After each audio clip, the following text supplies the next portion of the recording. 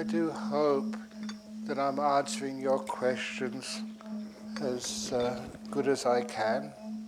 I did notice that because I only arrived from Australia just less than a week ago, I still can notice some jet lag. So Perth is 2.5 hours ahead. This is 10:30 right now, where I usually live. So if I'm a bit dull and sleepy, it's just my body, it's not me. Anyway, oh my goodness. We have 3 questions on one sheet of paper. In Sri Lanka, do you have this type of coffee called 3-in-1? This is what we have here.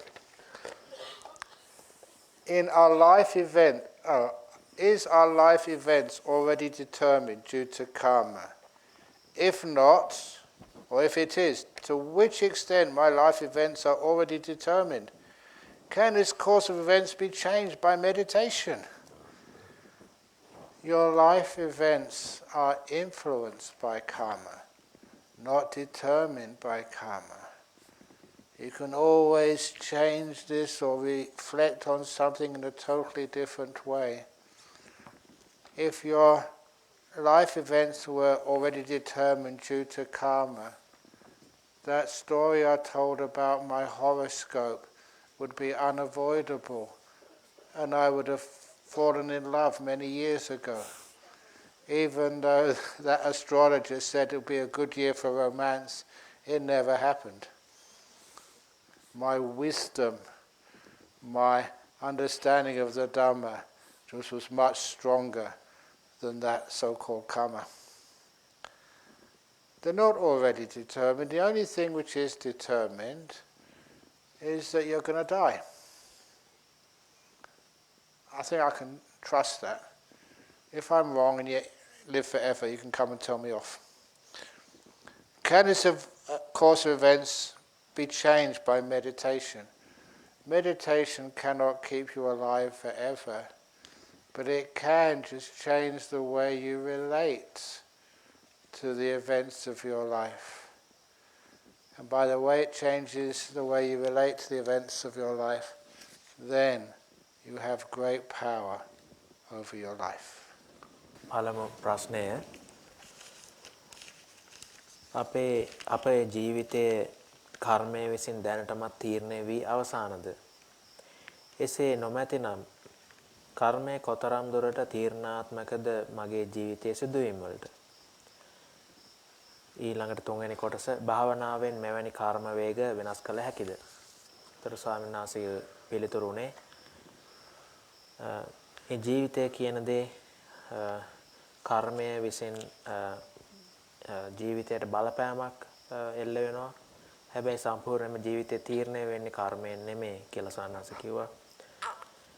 එතකොට ඒ විදිහට කර්මයෙන් සම්පූර්ණයෙන්ම තීරණය වෙලා තියෙනවා නම් ඉරණම වගේ, එහෙමනම් අර ස්වාමීන් වහන්සේගේ කේන්දරේ බල්ලා ඒ කිව්වා වගේ මේ ආදරය හම්බ වෙන අවුරුද්දක් කියලා කිව්වහම ඒක කාලයකට ඉස්සෙල්ලා එහෙනම් වෙන්න තිබ්බා. එහෙම දෙයක් උනේ නැහැ ඒ කේන්දරයේ හැටියට. ඉතින් ඒ අවබෝධය ඒ ප්‍රඥාව කියන දේ ඒ කර්ම විපාකයට වඩා බලවත්. එතකොට එක දෙයක් නම් සම්පූර්ණයෙන්ම නියතයි. ඒ කියන්නේ කවදා හරි අපි මරනවා කියන දේ. ඉතින් අනිත් පැත්තෙන් ඒ භාවනාවට පුළුවන් ද ඒ කර්ම වේග වලට යමක් කරන්න කියන එකට සානාස කිව්වේ. ඒ ඉතින් භාවනාවෙන් අපිට අපිව හැමදාම ජීවත් කරවන්න බෑ. ඒ හැම දෙයකටම තියෙන සීමාවක්. හැබැයි ඒ ජීවිතේ වෙන එක එක සිදුවීම් කෙරෙහි අපි කොහොමද ඒ සිදුවීම් වලට මුහුණ දෙන්නේ කියන දේ වෙනස් කරන්න පුළුවන්. භාවනාවට අනුව භාවනාවෙන් ඒකට පුළුවන් වෙනසක් කරන්න කියලා. ඒක නිසා මේ භාවනාව කියන දේ බලවත් කියලා ස්වාමීන් වහන්සේම උත්තර දුන්නා. Very good. The next question. In the Satipatthana Sutta, Is there a difference between sampajana karihoti and the verb pajanati? For example, gachanto gachamiti pajanati, abhikante patikante sampajana karihoti. දෙවැනි ප්‍රශ්නය ගෞරවනීය ස්වාමීන් වහන්සේ ස්වාමීන් වහන්සේගේ වැඩවීම පිළිබඳව කෘතවේදී වෙමි. මාගේ පැනය සතිපට්ඨාන සූත්‍රයේ පජානාති සම්පජානකාරී හෝති යනුවෙන් දැන හිඳීමේ අවස්ථා දෙකක් හමු වේ. උදාහරණ ගච්ඡන්තෝ වා ගච්ඡාමීති පජානාති අබික්ඛන්තේ පටික්ඛන්තේ සම්පජානකාරී හෝති. මෙම දැන හිඳීමේ අවස්ථා දෙකේ වෙනස කුමක්ද? එම අවස්ථාවන් දෙක පුහුණු වේදනායකු කෙසේ දැනගත යුතුද? කරුණාවෙන් පහදා දෙන්න. තෙරුවන් සරණයි. The answer is reasonably simple, that when the pajanati means you just know that you are walking, you know that you went somewhere, you know that I am talking. But when it's a sampajana karihoti, it means you know why you're doing these things, what the purpose is, and whether those particular actions fulfill the purpose. For example, I can know I'm drinking water, but I also know that why I'm drinking water, what the purpose of it is. And that's a sampajana. Many people can be mindful without knowing its purpose. Also, right. I know this is the next question, yes. විතර සානාසගේ පිළිතුරුනේ ඒ පජානාති කියන පදයේ තේරුම වෙන්නේ ඒ කරන දේ මේ වෙලාවේ කරනවා කියන දේ හුදෙක් දැන හිඳිනවා දන්නවා තමයි මේක කරනවා කියලා. හැබැයි සම්පජානකාරී හොති කියලා එතන සම්පජානකාරී කියලා කිව්වේ අපි දන්නවා ඒ කරන දේ ඇයි කරන්නේ කියලා. එතකොට ඒ කරන දේ ඇත්තටම ඒ කරන හේතුව සම්පූර්ණ කරනවාද? ඒ කරපු දේ ඒ පළක් තියනවාද? ඒ අපි බලාපොරොත්තු වුණු ඒ හේතුව සම්පූර්ණ කරනවාද කියලා දැන හිඳීම තමයි සම්පජානකාරී හොති කියලා සාන්නාස කිව්වා. For example, this is one of the stories you may have heard before. A very wealthy woman living in a big mansion by herself went to the temple one evening to listen to a talk. And because there had been many robberies in that area, she told the guard who lived at the front door of her house, "There are dangers this evening. There are burglars around. Please look after my house when I'm away." And the guard of the house said, "You don't have to worry, madam. I've been to meditation retreats. I know how to be mindful. I will be mindful. Your house will be safe." I think you know the story. සාන්නාස මෙතනදී උපමා කතාවක් වගේ කතාවක් කියනවා. එක්තරා ධනවත් කාන්තාවක් හිටියා. ඒ නෝනා ඒ පන්සලට යනවා කඩෙන් කඩ ගිහිල්ලා බණ අහන්න. ඉතින් එක දවසක් එළියට යන වෙලාවේදී ඒ හිටපු මුරකාරයාට කියලා ගියා හොරු ඉන්නවා මේ කාලේ හොඳට බලාගන්න කියලා. එතකොට ඒ මුරකාරයා කිව්වලු බය වෙන්න එපා මැඩම් මම හොඳට බලාගෙන ඉන්නම්. මම මේ භාවනා වැඩසටහන් වලට එහෙම ගිහිල්ලා තියෙනවා මම හොඳට සතියෙන් ඉන්නම්. මොකද වෙන්නේ කියලා එහෙම කිව්වා. So when she returned to her mansion after the talk, she found that the burglars had already been into her mansion and she'd lost so many of her possessions. So she went to the guard at the front gate of the house. "What happened? The robbers have been in. You said you protect my house." And the burglar said, "Madam, I was mindful all the time. I saw the burglars going into the house, and I noted burglar going in, burglar going in, burglar going in. I saw them taking out your jewelry, and I noted jewelry going out, jewelry going out. I saw them reverse their truck into your house, truck going in, truck going in, truck going in, and I noticed safe going out, safe going out, safe going out. I was mindful all the time, madam. That is like knowing, but forgetting sampajana. Once you know what's happening, there is sometimes something you should do, some responsibilities, like calling the police. So anyway, that's a little story about. It's more than just mindfulness, more than just knowing. It's a sampajana as well, knowing what should be done. එතනදී ආය ගෙදරට එනකොට ඒ නෝනා එතකොට පේනවා ගෙදර දොර ඇරලා දාලා හොරු ගෙදර බිඳලා ගෙදරට අතුල් වෙලා එතකොට ඒ ගෙදර බඩු ගිහිල්ලා ඒ වරන් ගිහිල්ලා ඉතින් ආයෙ අර මුරකාර ගාවට දුවගෙන ඇවිල්ලා කියනවා මොකද උනේ බැලුවේ නැද්ද ගෙදර බලන්න හිටියේ නැද්ද කියලා. එතකොට කියනවා මැඩම් මම හොඳට බලාගෙන හිටියේ සතියෙන් හිටියේ ගෙදරට හොරු එනවා. එතකොට ඒ ගෙදර දොරෙන් හොරු ඇතුළට යනකොට මම මෙනෙහි කරා හොරු ඇතුළට යනවා හොරු ඇතුළට යනවා හොරු ඇතුළට යනවා කියලා. ඊට පස්සේ මැඩම්ගේ ඒ රත්තරන් බඩු ටික අරගෙන එයාලා එළියට එනකොට මම මෙනෙහි කරා රත්තරන් බඩු ටික එළියට යනවා රත්තරන් බඩු ටික එළියට යනවා එහෙම කියලා. ඊයින් පස්සේ ට්‍රක් එකක් ඇවිල්ලා ඒ ලොරියක් ඇවිල්ලා ගෙදරට ඇතුල් කරා. එතකොට ලොරිය ඇතුළට ආවා කියලා එහෙම මෙනෙහි කරා කිව්වා. ඊයින් පස්සේ සේප්පුව ලොරියට දාගෙන ගෙනියනකොට එහෙම මෙනෙහි කරා සේප්පුව එළියට ගියා සේප්පුව එළියට යනවා කියලා. ඉතින් මම මේ හැම වෙලාවෙම හොඳ සතියෙන් හිටියේ කියලා කිව්වා. ඉතින් එතනදී ස්වාමීන් කිව්වේ කතාවේ තේරුම හුදෙක් දැනගෙන හිඳීම විතරක් මදි. ඒ සම්පජාඤ්ඤය කියන එකත් අවශ්‍යයි. මොකද කරන්න ඕන කියන එක අවශ්‍යයි. ඒ වෙලාවේ කරන්න තිබ්බේ යාට පොලිසියට කතා කරන එක කියලා ස්වාමීන් ඉදිරියට කිව්වා. The next question. This is just to share one of my experiences about nimitta.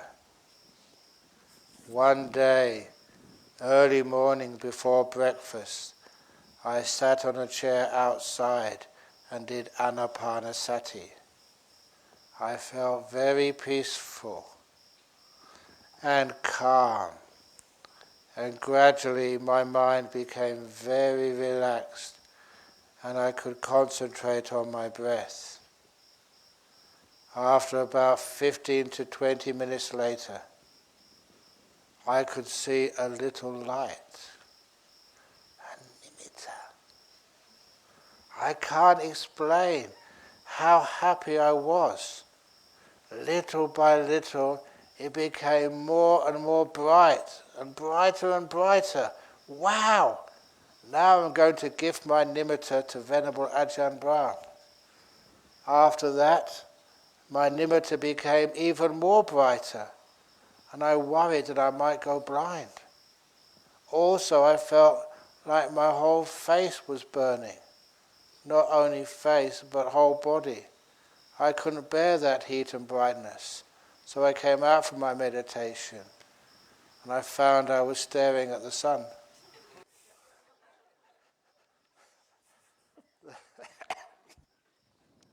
The sun has fooled me and burned me. Just a smile, but it is real. It's better to meditate in a hall.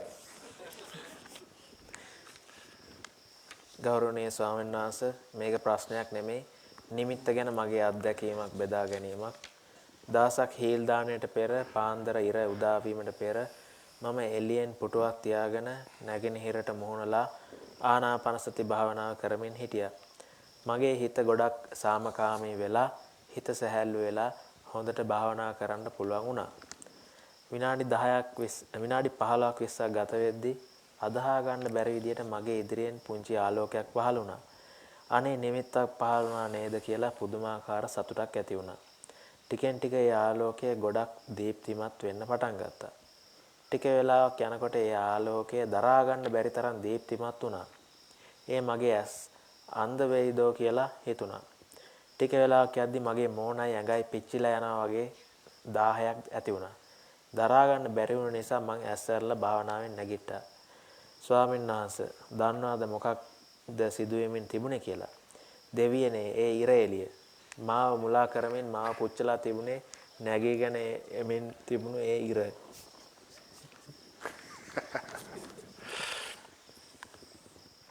Next question.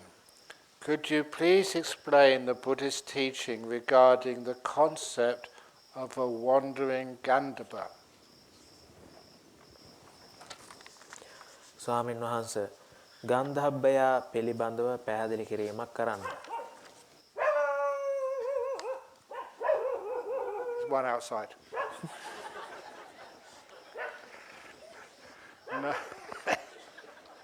No, a Gandhava, it's a very fascinating Pali word because it literally means fit to be smelt, like fragrance.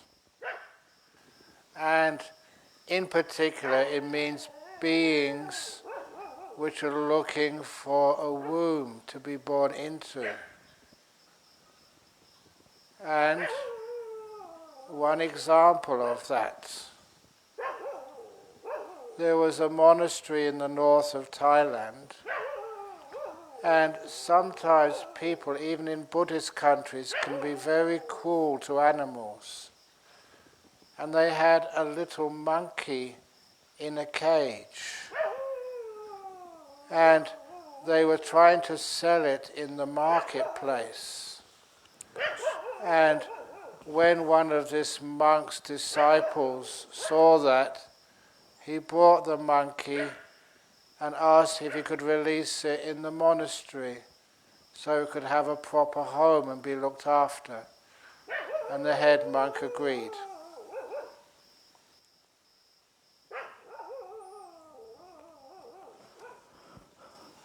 එතකොට ඒ ගන්ධබ්බ කියන පාලි වචනය ටිකක් විශේෂ වචනයක් කියලා උන්වහන්සේ කිව්වා. ඒ සුවඳින් ජීවත් වෙනවා කියන අදහසක් එක තියෙනවා කියලා කිව්වා. ඒ වගේම මව් කුසයකට ඇතුල් වෙන්න බලාපොරොත්තු වෙන කෙනෙක් කියන තේරුමත් හඟවනවා එකෙන්. ඉතින් පස්සේ උන්වහන්සේ තායිලන්තේ යම් කතාවක් සිහිපත් කරා. මොකක්ද? ඒ එක කුඩා වඳුරු පැටියෙක් ඒ කූඩුවකට දාලා ඉන්නවා. ඒ ස්වාමීන් වහන්සේ කෙනෙක් දැක්කා. එයින් පස්සේ එතන ඒ සතාව නිදහස් කරලා ඒ ආරාමය ඇති කරමුද කියලා ඒ ලොකු හාමුදුරන්ගෙන් ඇහුවාම ඒ ස්වාමීන් වහන්සේ ඒකට ඒ ලොකු ස්වාමීන් වහන්සේ එකඟ වුණා. And this monkey became a member of that monastery, was really friendly with all the monks and very protective of the head monk, the abbot. It was a little male monkey, so they had to make it little trousers so it wouldn't sort of play with itself when visitors were there. And also that monkey would always join in for the afternoon tea time. So you saw this little monkey in trousers, always with a cup of tea, when all the other monks were drinking tea. But eventually this monkey was so protective of the monastery, there was a noisy car outside, and that monkey chased the car and was hit by the car and killed.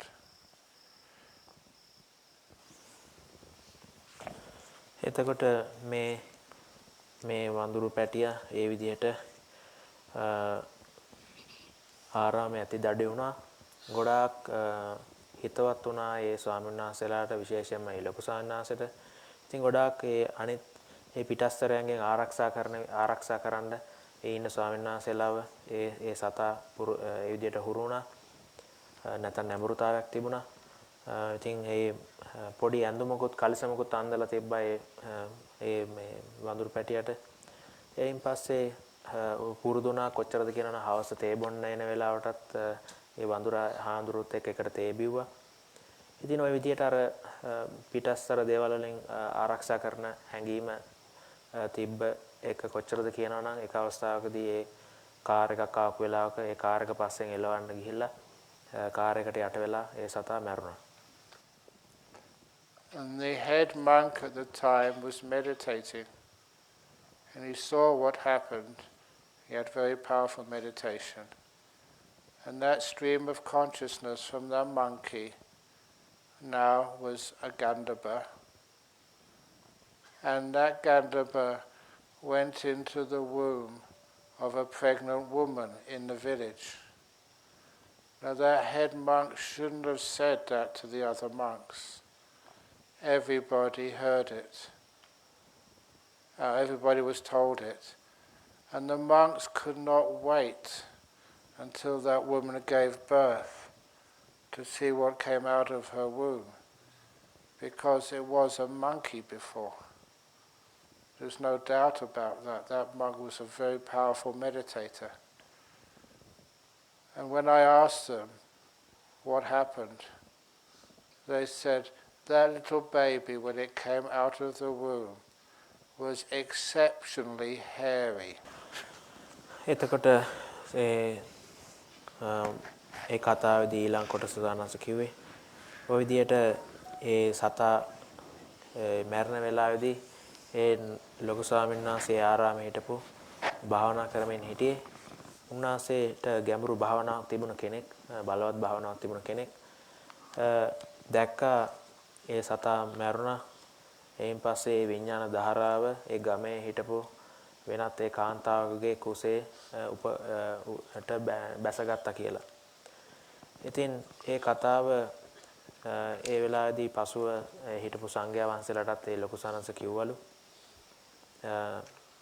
ඉතින් ඊට පස්සේ ඒ ස්වාමීන් වහන්සේලා කොයි වගේ කෙනෙක්ද දැන් උපත ලබන්න කියන එක සම්බන්ධයෙන් ගොඩක් කුතුහලයෙන් හිටියා කියලා කියනවා. මොකද දැන් ඉස්සෙල්ලා පැහැදිලිව මේ වඳුරෙක් වෙලා හිටපු නිසා. ඉතින් පස්ව මේ කතාව කියද්දී අපේ ස්වාමීන් වහන්සේ අහුවලු ඇත්තට මොකද වුනේ කියලා. එතකොට ඒ දරුවා හම්බෙච්ච දරුවා ඒ සාමාන්‍ය අසාමාන්‍ය විදියට මවිල් තිබ්බා ඒ දරුවාගේ ඇඟේ කියලා ස්වාමීන් වහන්සේ කිව්වා.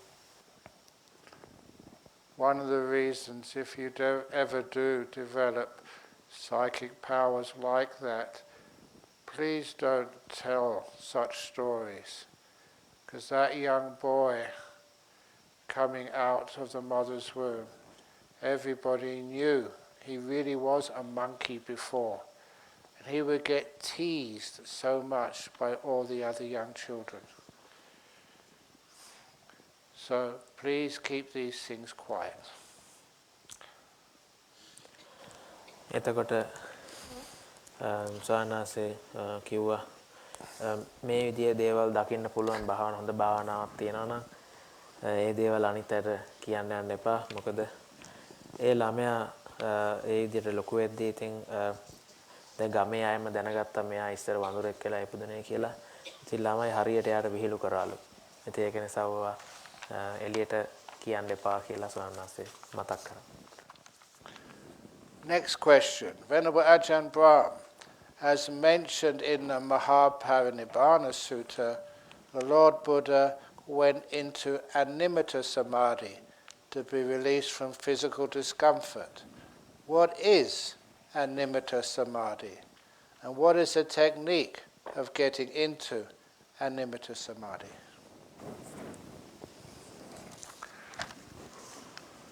ස්වාමීන් වහන්සේ මහා පරිනිර්වාණ සූත්‍රයට අනුව බුදු පියාණන් වහන්සේ අනිමිත්ත සමාධියට සමවැද සිය කායික අපහසුතාවයන්ගෙන් මිදුණසේක. පළවෙනි ප්‍රශ්නය අනිමිත්ත සමාධිය anu කුමක්ද?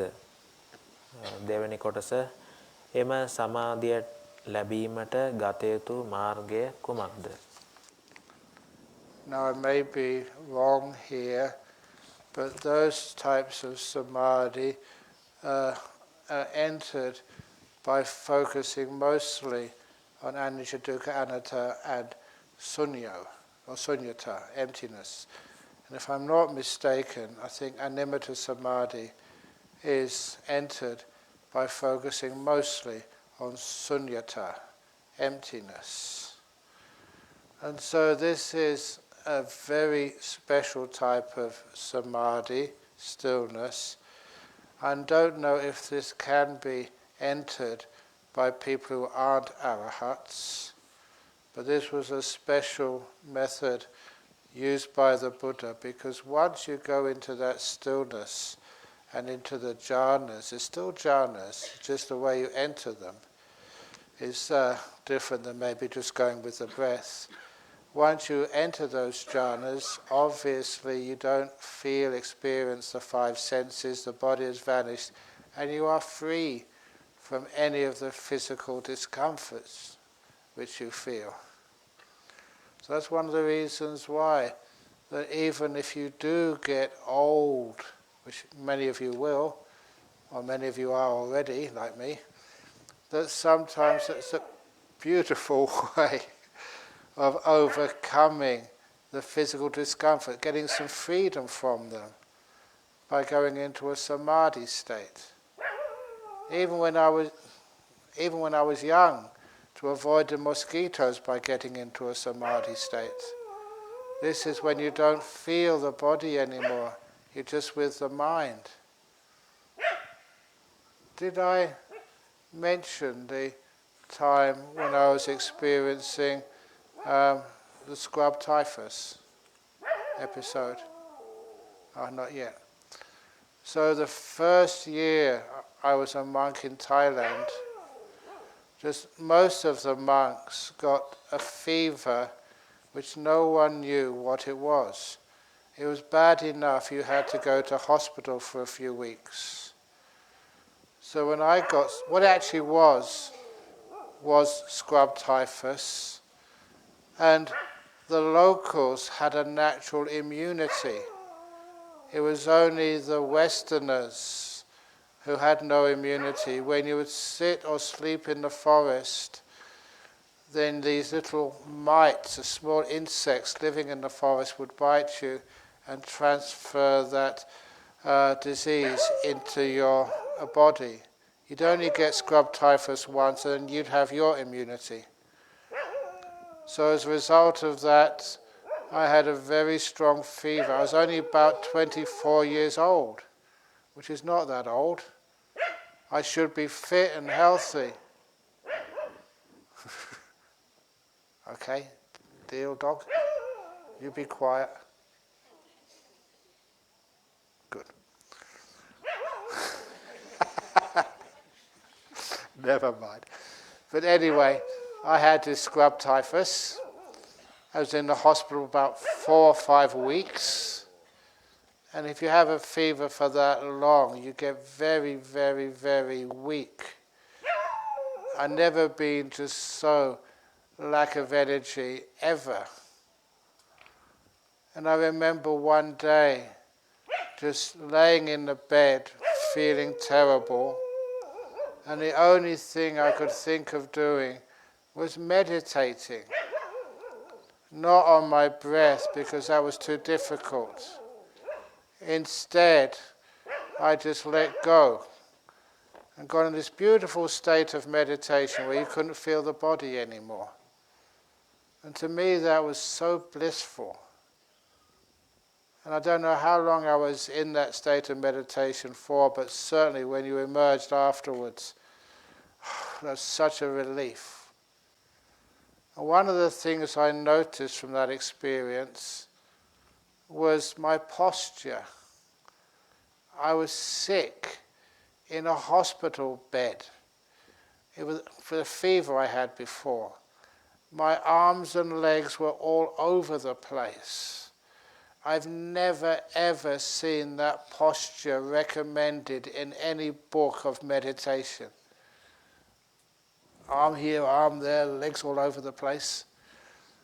But it worked. So you can get some understanding what it's like if you're really, really sick. If you can get into some of those deep meditations, it's like freedom for a long time. එතකොට ඒ වෙලාවේදී ස්වාමීන් වහන්සේ උත්තර දුන්නේ ඒ ශුන්්‍යත සමාධිය යනිමිත්ත සමාධිය කියන ප්‍රශ්නෙට උත්තර විදිහට සානාසේ මතක් කරේ යනිමිත්ත සමාධියට ඇතුල් වෙන්නේ බොහෝ වෙලාවට අර අනිත්‍ය දුක්ඛ අනාත්ම කියන ස්වභාවය සහ ශුන්‍යත කියන ස්වභාවය අවධානය යොමු කරලා ඒකට අවධානය දීලා තමයි එහෙම ඇතුල් වෙනවා ඇත්තේ කියලා ස්වාමීන් වහන්සේ මතක් කරේ. ඒක ඇවිල්ලා විශේෂ ආකාරයක සමාධියක්. එතකොට ඒ ස්වාමීන් වහන්සේ මතක් කරා ඒක රහතන් වහන්සේ කෙනෙකුට හැර ඇත්තටම මේ වගේ අනිමිත්ත සමාධියකට ඇතුල් වෙන්න පුළුවන් වෙන කෙනෙකුට කියලා උන්වහන්සේට සැකයි කියලා.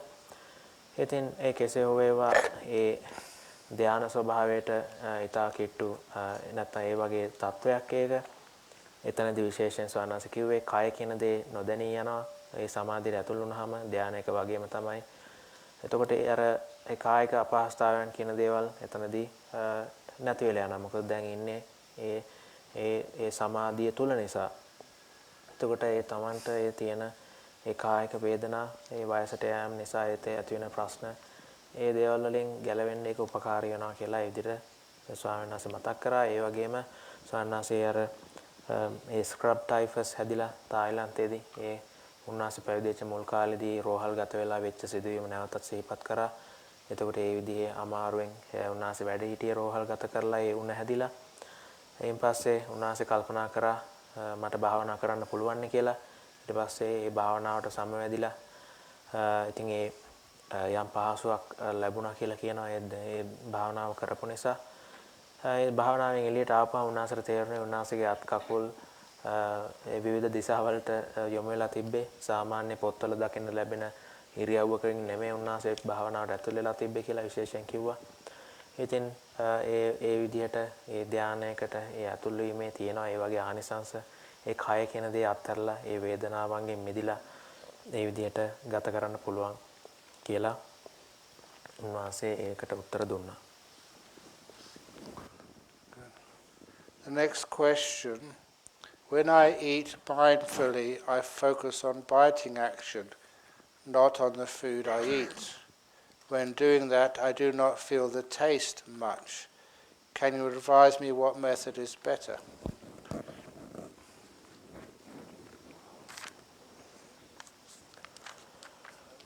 ස්වාමීන් වහන්සේ මම සතියෙන් ආහාර ගනිද්දී සපන ක්‍රියාවට සිත යොදමි. සපන දෙය ගැන අවධානයක් නොදෙමි. එවිට ආහාරයේහි රසයක් එතරම්ම නොදැනේ. මෙහිදී වඩා සුදුසු කුමන ක්‍රමයක්ද? පිළිතුරු ලබා දෙනසේක්වා. One of my friends who was a monk with me in the early years in Thailand had stomach problems. He could not digest his food properly. So he went into one of the hospitals and they gave him this test. He had to eat a barium meal. Barium is radioactive. And the idea that once you eat it and it's in your stomach, they can follow that with a simple X-ray machine and find out where that meal goes. It was one of the classic treatments in those days. So when he went to his appointment, he ate the barium meal and they put him under this X-ray thing, and the barium meal didn't move, it stayed in his stomach. And then the nurse said, "Oh, I think the mistake is ours. We've invited you into the hospital for this test at 2 p.m. in the afternoon. You don't eat in the afternoon. So your stomach just goes into doing nothing at this time." Most other people's stomachs is always moving because they eat 24 hours a day. But this monk had been a monk for a while. His stomach had learned how to be still at this time. So the nurse was very smart and just told him, "Please think of your favorite food And this monk did that. He started thinking of his favourite food, and then the stomach started moving, and the barium meal moved through his system so they could find out what the problem was. And I always remembered that. If you don't taste the food which you eat, and if that taste is not pleasant, just the saliva does not come out of your mouth, the other stuff which you need to digest your food, things like, was it bile? It's a long time since I was at school learning this. All the important enzymes and other things which you need to digest are not secreted. So I know that delicious food, you might get attached to it, but if you don't enjoy your food, you will get indigestion. That delicious taste, or that nice taste, is what is necessary to secrete those liquids from your tummy in order to digest. So be careful. If you don't taste the food, if you don't enjoy that taste, you're liable to get sick. You have to find a middle way. Tasty food, but not too tasty. Many years ago I saw a documentary about a Japanese monastery. The teacher there chose a place because it was really cold and windy on the west coast of Japan. It was called a Heiji monastery. And the documentary, the monks would get up at 3 o'clock in the morning. They'd have to wash in water which was 0 degrees. You know, it was just not free, didn't ice over, but it was really cold. And they had to work really hard. And when they sit meditation, it was a Zen monastery, the teacher would come behind them with a stick, and if they nodded, they'd get hit. It was very austere, except for one thing, the food. Because the teacher, who was around about 800 years ago, said everything should be austere, but the food has to be delicious, otherwise the monks would get very sick. And I always took that on board. And Venerable Posado is in the back somewhere. He's been at my monastery in Perth. He knows there's so many different selections of food you can take. Because some people like one food, some people don't like one food, and they like something else.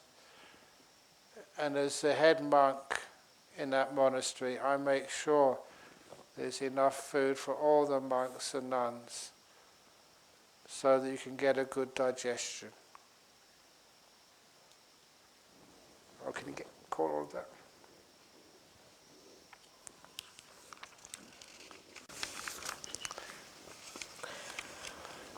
එතනදී ස්වාමීන් වහන්සේ ප්‍රශ්නෙට උත්තර විදිහට දැක්ුවේ තායිලන්තේ වෙච්ච සිදුවීමක් ඉස්සල්ලාම සඳහන් කරා.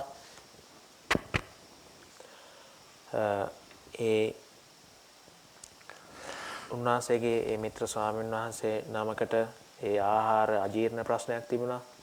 එතකොට ඒ කාලේ කරපු පරීක්ෂණයක් තමයි වෛද්‍ය පරීක්ෂණයක් තමයි ඒ ආහාරයට බේරියම් කියන ඒ විකිරණශීලී ඒ ද්‍රව්‍ය කලවම් කරලා ඒකට බේරියම් මීල් කියලා සානස කිව්වේ. බේරියම් ආහාරයක් ලබන්න සලස්සනවා. එතකොට ඒ ආහාරය ඒ බඩවැල් ඔස්සේ යන විදිය එක්ස්රේ මැෂින් එකකින් පුළුවන් නිරීක්ෂණය කරන්න.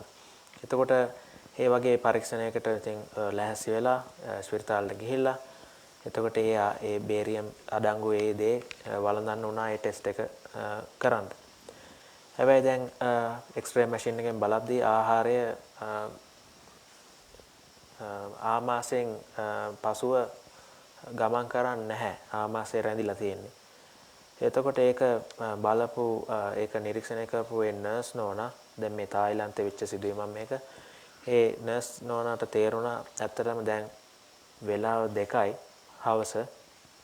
සාමාන්‍යයෙන් සංඝයා වහන්සේලා 12න් පස්සේ වළඳන්නේ නැති නිසා මේ හාමුදුරුවෝට දැන් මේ සාමාන්‍යයෙන් ඒ උන්වහන්සේගේ කයත් දන්නවා දැන් මේන් පස්සේ ආහාර ලැබෙන්නේ නැහැ. ඒක නිසා ඒ කය හුරු නැහැ දැන් මේ ආහාර දිරවන ක්‍රියාවලිය පටන් ගන්න. ඉතින් ඒක නිසා ඒ නර්ස් නෝනා ඒ විදිහට හිතලා කිව්වලු ඒ ස්වාමීන් වහන්සේට මේ සුදු ජාතික ස්වාමීන් වහන්සේ කෙනෙක් කිව්වලු තමන්ගේ කැමැතිම ආහාරය සිහිපත් කරන්න කියලා. ඒ කැමැතිම ආහාරය ගැන හිතන්න කියලා. එතකොට ඒ විදිහට හිතන්න පටන් ගත්තාම ඔන්න පෙරනලු ආහාරය ඔන්න ටික ටික දැන් ආමාශයෙන් ඒ බඩවැල් කරා ගමන් කරන්න පටන් ගත්තා කියලා. එතකොට ඒ ස්වාමීන් වහන්සේ කිව්වේ ඒ වෙච්ච ඒ සිදුවීම උන්වහන්සේට අමතකුනේ නැහැ කියලා. මොකද ඒක විශේෂ කාරණයක් තියෙනවා එතන. ඒ අපිට අපි ඒ ගන්න ආහාරය අපිට ඒ රසය දැනෙන්නේ නැත්තම් එතකොට ඒ තියෙන ආහාරය ඇත්තටම ඒ කටුකනම් ඒක යම් එතන සතුටක් ලැබෙන්නේ නැත්තම් ඒ ආහාරයෙන් එතකොට අර ඒ ආහාරය ජීර්ණය කරන්න අවශ්‍ය ඒ අනිකුත් ඒ කේටය ඒ කෙල කියන දේ අනිකුත් ඒ පිත කියන දේවල් ඒ අනිකුත් එන්සයිම් කියන දේවල් හරියට ශ්‍රාවය වෙන්නේ නැහැ. ඒ ආහාර ජීර්ණ ක්‍රියාවලිය හරියට සිදු වෙන්නේ නැහැ කියලා ස්වාමීන් වහන්සේ මතක් කරා. එතකොට ස්වාමීන් වහන්සේ කිව්වා ඔව් දැන් මේ ආහාරයේ ඒ විදිහට රස විඳිද්දී ඒකට ඇලීම ඇති වෙනවා. හැබැයි ඒ විදිහට ටිකක් හෝ ඒ විදිහට ඒ ආහාරයේ රස කියන දේ Taman දැනගෙන ඒ විදිහට වළඳන්නේ නැත්නම් ඒ රස විඳීම වෙන්නේ නැත්නම් අර විදිහේ ආහාර අජීර්ණ ප්‍රශ්නයක් එන්න පුළුවන් කියලා කිව්වා. ඉතින් ඒක නිසා මැදමාවතක් මැදමාවතක් තෝරගන්න උත්සාහ කරන්න ඒක රස විඳින්න හැබැයි ඕනට වඩා යන්න එපා ඒකට කියලා ස්වාමීන් වහන්සේ එතනදී එහෙම කිව්වා. එයින් පස්සේ ස්වාමීන් වහන්සේ බලපු ඒ වාර්තා වැඩසටහනක කාරණයක් උන්වහන්සේ සිහිපත් කරා. ඒ ජපන් ඒ සෙන් ආරණ්‍ය සේනාසනයක් වෙන්න ඕනේ මම හිතන්නේ. ඒ බටහිර පළාතේ ජපානයේ බටහිර පැත්තට වෙන්න ඉතින් ඒ ගොඩාක් දුෂ්කර සුළං අධික ප්‍රදේශයක් හේජී කියලා ආරණ්‍යක. එතකොට ඒ හරිම දුෂ්කර කටුක ප්‍රතිපදාව තමයි ස්වාමීන් වහන්සේලා ඒ ආරාමේ පැවැත්වුවේ. උදේ නාන්න වෙන්නේ පැම්පවසු වෙන්න වෙන්නේ සෙල්සියස් අංශක බිඳුවට කිට්ටු වතුර තමයි නාන්න වෙන්නේ. අයිස් වෙන්න ඔන්න මෙන්න තියෙන වතුර. ඊට පස්සේ වැඩ කරන්න ඕනේ. ඒ අනිකුත් ඒ දුෂ්කරතා තිබ්බා. භාවනා කරද්දී නින්දට වැටුණොත් ගුටි කණ්ඩත් වෙනවා. ඉතින් ওই විදිහේ ඒ ගොඩාක් ඒ විදිහේ උග්‍ර උත්කෘෂ්ඨ විදිහේ ප්‍රතිපදාවක් ඒ ආරාමේ පැවැත්වුවත් එක දෙයක් තිබ්බා වෙනසකට ආහාරය කියන දේ රසවත්ව තියෙන්න ඕනේ කියන එක ඇවිල්ලා ඒ ලොකු ස්වාමීන් වහන්සේ ඒ උත්සාහ කරන දෙයක් ඒ ආරාමේ පවත්වන්න. මොකද්ද හේතුව? උන්වහන්සේ දැනගෙන හිටියා කියලා කියනවා. ආහාරයේ රසවත් නැත්තම් ඒ ඉන්න හාමුදුරුවෝ අසනීප වෙන්න පටන් ගන්නවා කියලා. ඉතින් ඒක නිසා ඒ කාරණේ ස්වාමීන් වහන්සේට හොඳටම මතක තිබ්බා කියලා කියනවා. ඉතින් මේ අපේ ඉන්න පිරිසේ ඉන්නවා ඕස්ට්‍රේලියානු ජාතකයේ පසාද ස්වාමීන් වහන්සේත් අපි එක්ක මේ අපේ මේ බ්‍රහ්මංශ ස්වාමීන් වහන්සේගේ ශිෂ්‍ය ස්වාමීන් වහන්සේ කෙනෙක්. ඉතින් උන්වහන්සේ දන්නවා කියලා ස්වාමීන් වහන්සේ කිව්වා. මොකක්ද? ඒ ආරණ්‍ය සේනාසනේ පත්වල තියෙන ඒ ලැබෙන දාණය උන්වහන්සේ බලනවා හැම වෙලාවෙම ඒ සෑම જાතියකම ආහාර වර්ග වලින් යම් ඒ සමබර විදිහේ ආහාරයක් තියෙනවා. ඒතකොට සංඝයා වහන්සේලාට ඒ අවශ්‍ය දේ අවශ්‍ය පරිදි ගන්න පුළුවන් විදිහට ඒ පසුවීම ස්වාමීන් වහන්සේ නායක ස්වාමීන් වහන්සේ විදිහට සකස් කරලා තියෙනවා කියලා ස්වාමීන් වහන්සේ එතන මතක් කරා. When someone is in an absorption of arupa, samapati, immaterial absorption, does he or she undergo Vedana? If so, what sort of Vedana is it? In the immaterial stages, of course there is Vedana, and it's mostly you would describe it as upekkha Vedana. Even you may describe it as upekkha Vedana. There's different levels of upekkha, and some are more refined and beautiful than others. I know sometimes even though upekkha is supposed to be equanimity, even the Buddha sometimes called it upekkha sukha, the happiness of no happiness. In other words, each level of upekkha, as it gets more and more refined, is more beautiful than the one which went before. තොර ප්‍රශ්නය උනේ ඊළඟ ප්‍රශ්නය ස්වාමින් වහන්සේ අරූප සමාපatti වලදී වේදනා පවතීද? එසේනම් ඒවා කුමන ස්වභාවයේ ඒවාද? ස්වාමීන් වහන්සේ උත්තරය ලබා දුන්නේ මේ විදිහට. ඔව් ඇත්තටම වේදනා කියන දේවල් දැනෙනවා. ඒ කිව්වේ උපේක්ඛා වේදනාව කියන දේ. ඒ වගේ ඒ අවදිවල ඒ උපේක්ෂාව තියෙන විවිධ ප්‍රමාණයේ මට්ටම් වලින්. එතකොට ඒ සෑම මට්ටමක්ම ගැඹුරට යන්න ඒ උපේක්ෂා වේදනාව, ඒ උපේක්ෂාව කියන දේ තව තියුණු වෙනවා. බුදු පියාණන් වහන්සේ ඒකට උපේක්ඛා සුඛ කියලා දැක්වුවා කියලා ස්වාමීන් මතක් කරා. එතකොට ඒ මට්ටමට යන්න ඒ උපේක්ෂා සුඛය කියන එක තව තවත් තියුණු වෙනවා, දියුණු වෙනවා, තව තවත් ලස්සන වෙනවා කියලා ස්වාමීන් වහන්සේ මතක් කරා. Next question. Please explain the difference between manasikara and papancha. ස්වාමීන් වහන්සේ පපංච සහ මානසිකාර යන ඒ ප්‍රපංච සහ මානසිකාර අතර වෙනස පහදා දෙනසේක්වා. So manasikara, usually preceded by yonisa manasikara, is like the work of your mind. It's like thoughts, investigation, exploration, which goes to answer the question like why? Why does this mind arise? Why does the mind become still? What are the causes for these things happening? And this is something which is quite original to Buddhism. It's one of the reasons as a scientist you really like this. You're not saying that things just are.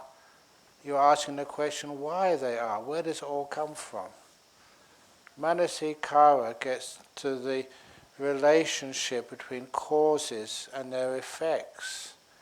Papancha is like thoughts, work of the mind which goes all over the place and never really stops.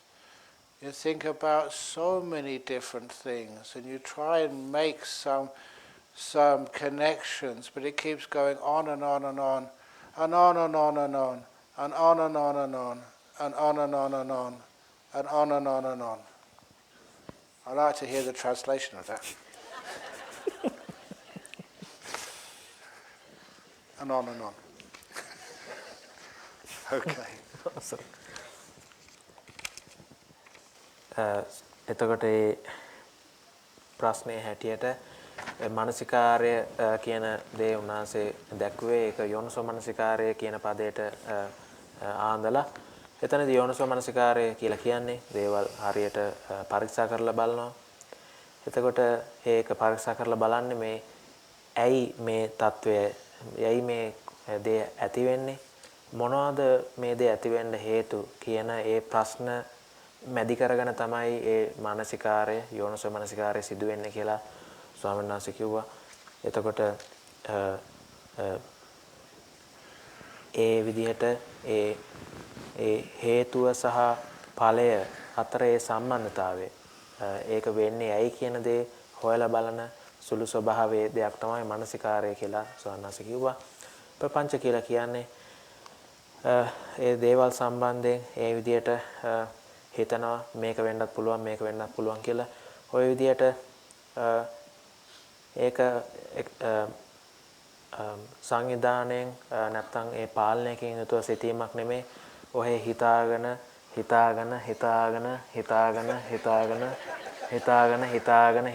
යනවා කෙලවරක් නැහැ. Very good. Venerable Ajahn, how does one increase kindness to a part of the body while meditating?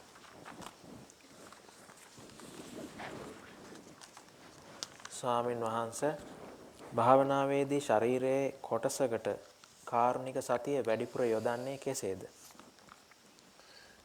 It's when I meditate and I see, say, my shoulders are tense. I find out I can't move them that easily when I'm meditating, but I give them kindness, and I know it's kindness by its result.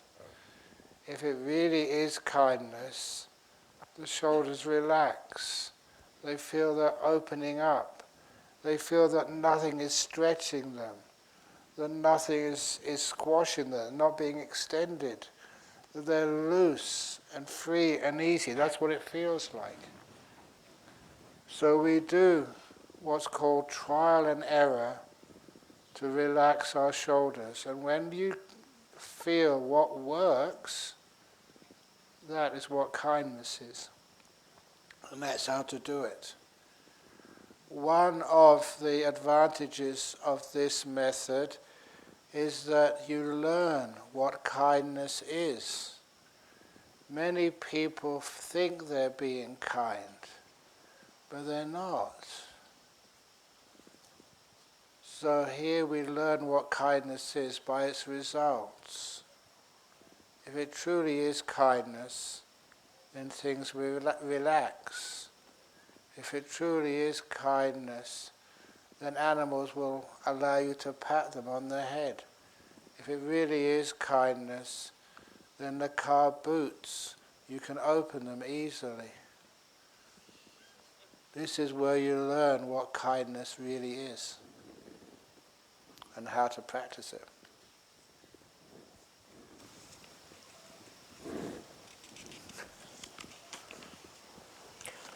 එතකොට ස්වාමීන් වහන්සේ පිළිතුර ලබා දුන්නේ දැන් ස්වාමීන් වහන්සේ භාවනා කරන වෙලාවට ඒ උදාහරණයකට දැක්ුවේ උරහිස යම් ආතතියකට ලක් වෙලා තියෙනවද කියලා ඒ විදිහට උරහිස දිහා බලාගෙන ඉඳි දැනෙනවා නම් එතකොට උන්වහන්සේ ඒ කරුණාවන්තකම දෙනවා කියලා කිව්වා එතනට එතකොට ඒ කරුණාවන්තකම ඒ හරි කරුණාවන්තකම නම් ඒ හරි දේ නම් ඒ උරහිස දැන් ඒ විදිහට ලිහිල් වෙන්න ඕනේ ඒ විවෘත වෙන්න ඕනේ ඒ යම් ආතතියක් තියෙනවා නම් නැත්නම් තද වෙලා තියෙනවා නම් ඒ දේ ඒ විදිහට පහසුවටපත් වෙන්න ඕනේ අපිට මේ දේ තේරුම් ගන්න අපි විවිධ දේවල් උත්සාහ කරලා බලන්න ඕනේ දේවල් වැරදි අපි උත්සාහ කරලා බලනවා ට්‍රයිල් ඇන්ඩ් එරර් කියලා සනස කිව්වා එතකොට අපි උත්සාහ කරලා බලද්දි මේ උරහිස නිදහස් කරන්න ලිහිල් කරන්න අපි ඒ කරුණාවන්ත වෙන්න කියන හැඟීමෙන් උත්සාහවන්ත වෙනවා. එතකොට ඒ කරපු දෙයෙන් ඒ උරහිස නිදහස් වෙනවා නම් ලිහිල් වෙනවා නම් අන්නේ ඒක ඇවිල්ලා ඒ කරුණාවන්තකම කියලා තේරුම් ගන්න කියලා සාන්නාංශ කිව්වා. මේ ක්‍රමයේ තියෙන වැදගත්කම තමයි අපි ඉගෙන ගන්නව ඇත්තටම මොකක්ද කරුණාවන්තකම කියලා කියන්නේ කියලා. මොකද බොහෝ අය හිතාගෙන ඉන්නවා ඒගොල්ලෝ කරුණාවන්තයි කියලා ඒ වුණාට එයාලා කරුණාවන්ත නැහැ. එතකොට ඒ විදිහට ඒ කරුණාවන්තකම නම් ඇත්ත දේ නම් අපි මේ යොදන්නේ. එතකොට අර විදිහට ඒ ශරීරේ කොටස නිදහස් වෙලා යයි. ඒ විතරක් නෙමෙයි සත්තුන්ට ඒ විදිහට ඔළුවට තට්ටු කරපුවාම සත්තුන්ට තේරුම් යයි මේ මෛත්‍රියයි කියලා කරුණාවන්තකම කියලා. ඒ වගේම කාර්වල දොරවලුත් විවෘත වෙයි. ඒ ඩිකියේ දොර විවෘත වෙයි කාර් එකේ කියලා ඒ විදිහට සන්නාසගේ මතක් කරා. Next question. What is sunyata samadhi? Could you explain the method of going to an absorption of sunyata samadhi? ශුන්්‍යත සමාධිය කුමක්ද? ඊට ගත යුතු මාර්ගය කුමක්ද? පහදා දෙනසේක්වා. So first of all, to repeat myself, there is only like 4 jhanas and the immaterial attainments, and of course Nirodha Samapatti. But the way we enter those deep states of meditation can be through something like sunyata. And sunyata does not mean that there's nothing out there. That can be sometimes quite easy to visualize or to experience or to know. Even as a theoretical physicist, when I was studying, you realize that what we take as stuff, the thing which I'm sitting over here, is 99.999999999% nothing. The space between atoms is far, far greater than just the size of an atom. And you look at an atom, and the space between the electrons and the nucleus is so much greater than the space taken up by a nucleus. And then they look at a nucleus and the particles which make up those things. They are so tiny that most of these things is total space and emptiness. I know that people like astronauts, cosmonauts go into outer space and they think that the space, this universe is mostly empty, and they're correct. But even this solid part of the universe is mostly, there's nothing there.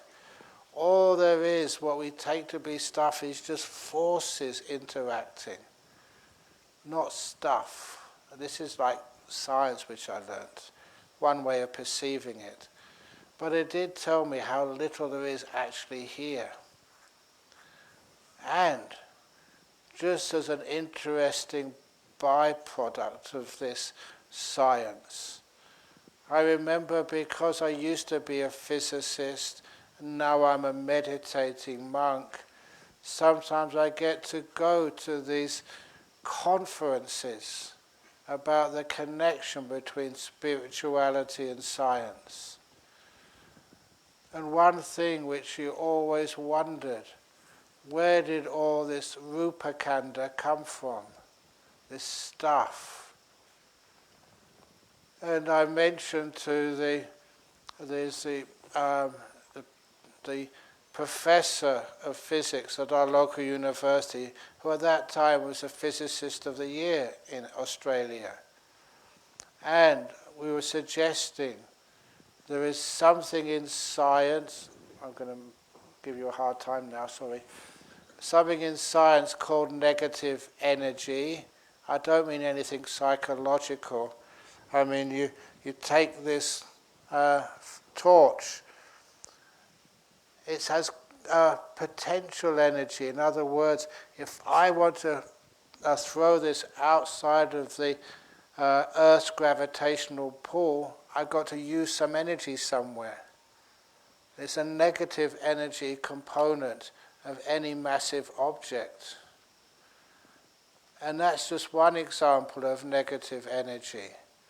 And I told this professor of physics, what happens if all the energy in the universe, all the matter of the universe, every bit of rupakanda in this universe, all came together in one spot? Would its positive energy component balance its negative energy component? And he turned to me, I always remember this, and said, "Wow, Ajahn Brahm, you're so up to date. Omega equals 1. I never knew what omega meant, but apparently it's a ratio in science of these two things, the positive energy and the negative energy.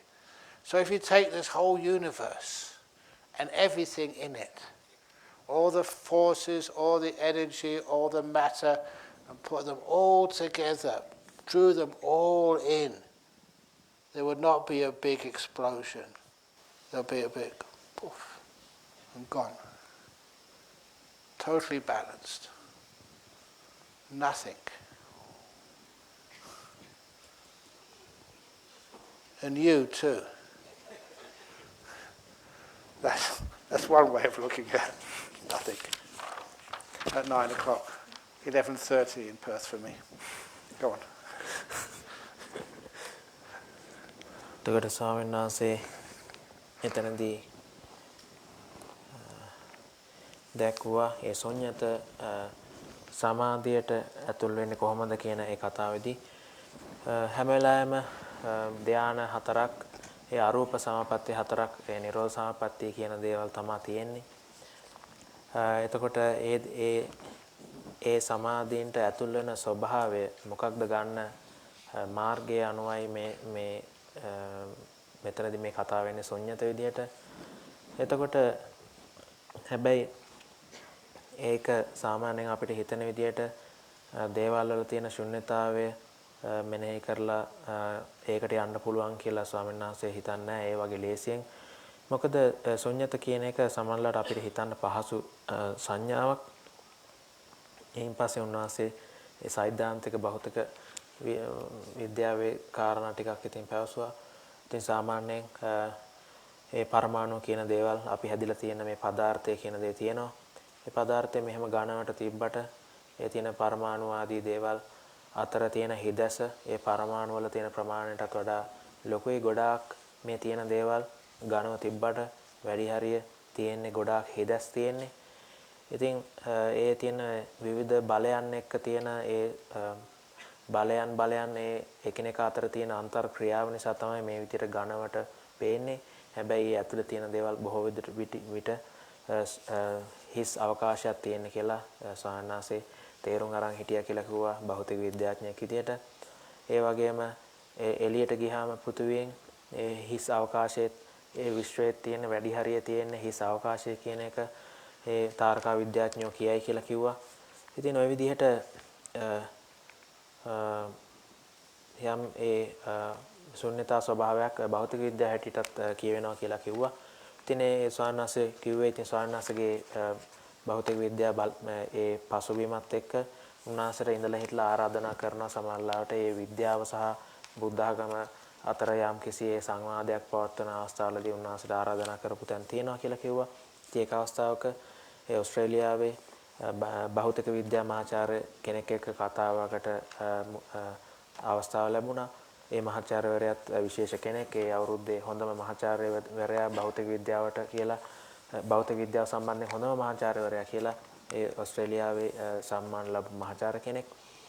එතකොට මේ රූපය කියන දේ මේ පදාර්ථය කියන දේ කොහොමද ඇති වුනේ කියලා ඒ තියෙන ප්‍රශ්නේ සම්බන්ධයෙන් ස්වාමීන් වහන්සේ කල්පනා කරා කියලා කිව්වා. ඉතින් ඒ ස්වාමීන් වහන්සේගේ දැනුම හැටියට ඒ ශක්ති දෙආකාරයක් තියෙනවා. එතනදී නෙගටිව් එනර්ජි කියලා ස්වාමීන් වහන්සේ විශේෂයෙන්ම